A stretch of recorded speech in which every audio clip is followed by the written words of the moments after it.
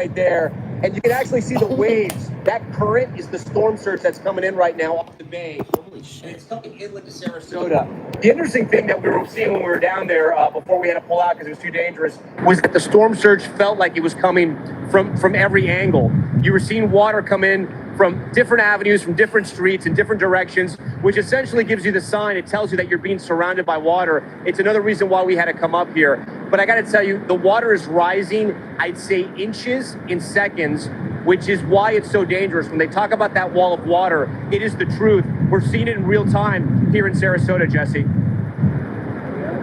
Yeah, absolutely, Tom. And, you know, we only have eyes on three sides of this because of the safety element you were just talking about, right? Over here, we know there's water.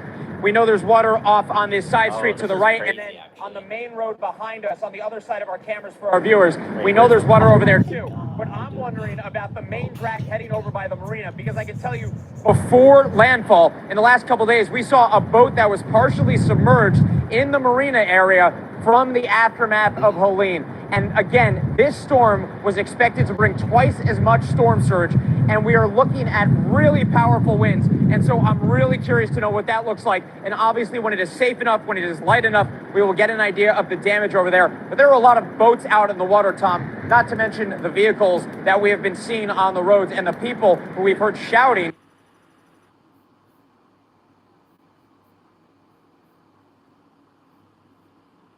Stay indoors. I will step out of the way just to give you a better picture of where I am. This is, of course, you're looking at downtown Tampa. We've been here for several hours now. Thank goodness there is still power in this area, but the wind is picking up. There's a strong gust moving through right now. This is causing that rain to move sideways. That's why, thankfully, we are underneath the shelter here, and we are blocked as well by a large apartment building that's keeping some of that rain from hitting us and our equipment to continue giving you these live pictures.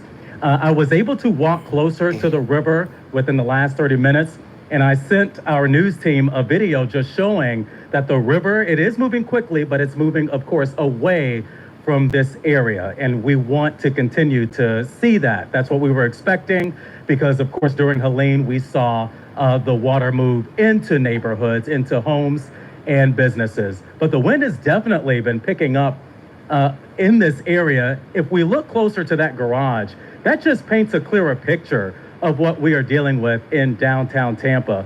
And let me tell you, these wind gusts, they are really strong, so strong that it's hard to stand up out there, which is why we are underneath the shelter in this patio. We've been seeing the trees move back and forth.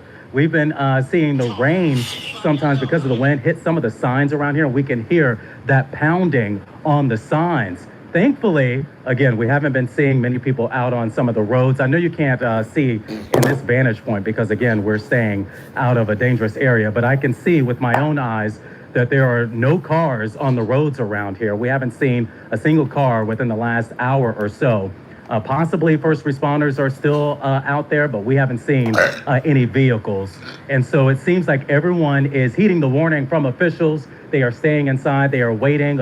Again, we are expecting this wind, this hard pounding rain to continue over the next several hours. I know a lot of people are concerned about the flooding since it has been raining for so much over the last several hours.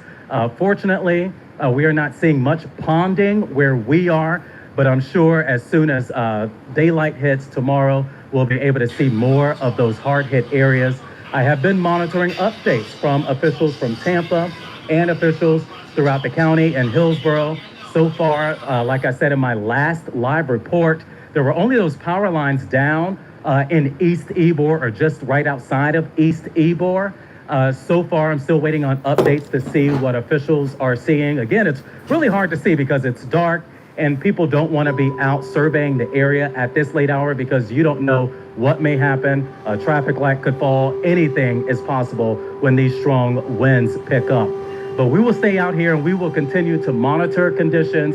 And of course, for the viewers out there, for those who are watching and listening, we will continue to also stay safe because we are in evacuation zone A. But for now, we are live in downtown Tampa. Ty Russell, 8 on your side. Thank you, Ty. It's been about an hour and a half since the hurricane actually made landfall in Siesta Key, right about at 8:30 as a, yeah.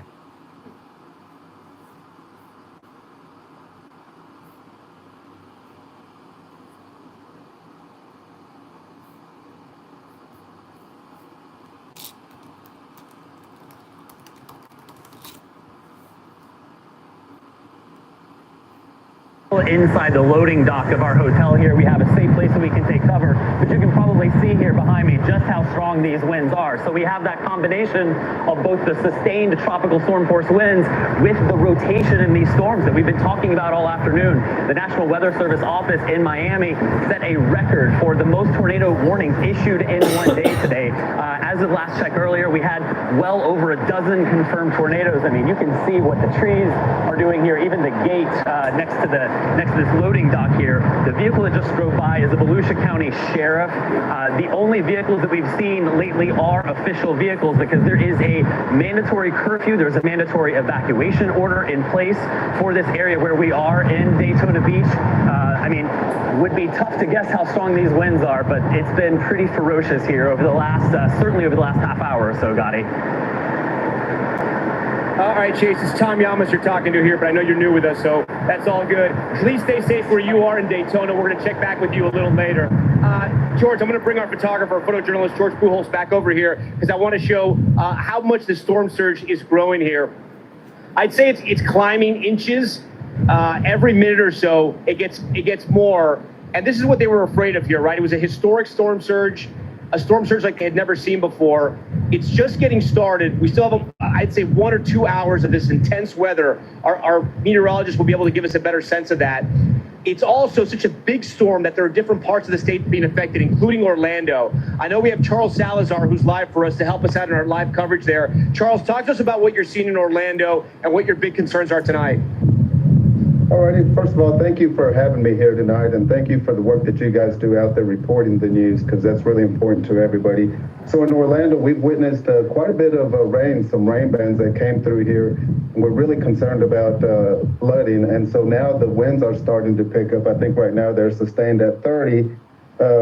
You know, our rescue crews are going to be out there. They're going to be ready, but when the winds get to sustain 40 to 45, which we're expecting, then we have to pause operations and wait for that to stop before we can continue those operations. But, you know, we're concerned with falling trees. What we learned through Hurricane Ian, we learned that this could be a potential heavily flooded city. And so what we did this time is we pre-positioned our rescue boat assets throughout the city in those areas that flooded previously. So we're going to be ready for that. We are aware that there has been many tornadoes, and we're prepared for that. We've had tornado warnings here, nothing confirmed. But the men and women of the Orlando Fire Department, they're ready. They've been preparing for several days. They performed really well during Hurricane Ian, and we're ready to perform for this storm as well. Charles Salazar from Orlando. Charles, we appreciate all that you're doing over there. Please stay safe tonight. Our continuing coverage live from Sarasota will continue right now. We are live in Sarasota as Hurricane Milton is striking this area. Stay with us.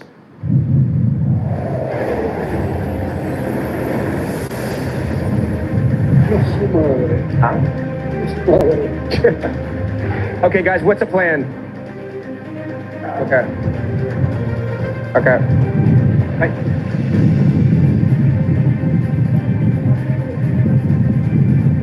Okay, we're live right now from Sarasota, our continuing coverage of Hurricane Milton. You are watching as the storm has already made landfall. This is the backside of the hurricane, the most powerful part of the hurricane, slamming into Sarasota right now. It made landfall just a bit north of us in Cedar Key, south of Tampa. That was somewhat of good news for Tampa because they were worried about the storm surge if it hit north of there. But right now, unfortunately, it's bad news for Sarasota, feeling the brunt of Hurricane Milton. And we're seeing that storm surge happen as we come to you live right now. The wind just ripping completely the palm trees, power outages everywhere. We are experiencing transformers explode, and we're seeing trees being ripped apart in real time right now. We still have a team of reporters that are fanned out across the state of Florida as the wind is really picking up here. I'm going to have George back up a little bit so he can get into a safer position as we set up here. If you're just joining our coverage, we are in a safe spot here. We're in a concrete garage on the 5th floor. There's no chance that the storm surge is going to get us.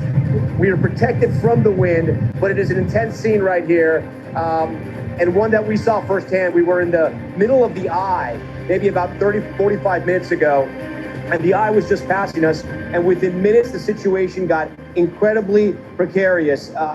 Transformer exploded over our heads. We had to run out with our crew because at that point we realized we should be back inside. But that's how quickly the storm can turn on you. It can go from very calm when you're in the eye to the backside of the hurricane, which is happening right now. Again, as I mentioned, we have a team of reporters live tonight in Sarasota, in Tampa, in Fort Myers, all over the state of Florida, covering Hurricane Milton as it's made landfall and it's now cutting across what we call the I-4 corridor. I'm going to ask our controlman to tell me one more time who we have next, who's coming up here.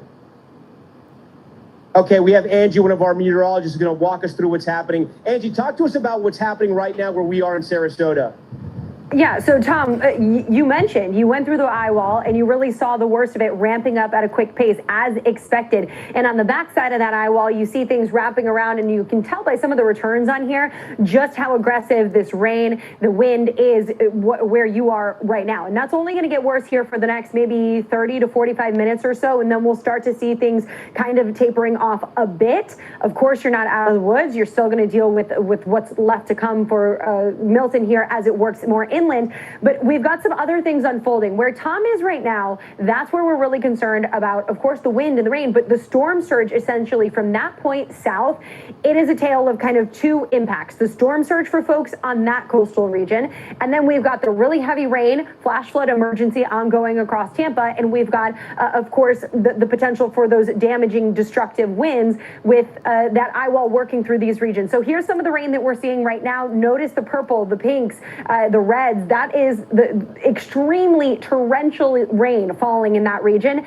We've seen multiple inches in just a span of an hour. In some spots last hour, it was over 5 inches of that region. So no surprise that we've got this flash flood emergency ongoing. But look how expansive those flash flood warnings are across this region. This is the area on the north side of that system that we're really concerned about the heavy rainfall. And it stretches across the state because it is going to remain north side loaded with the heaviest of the rain and the strongest of the winds.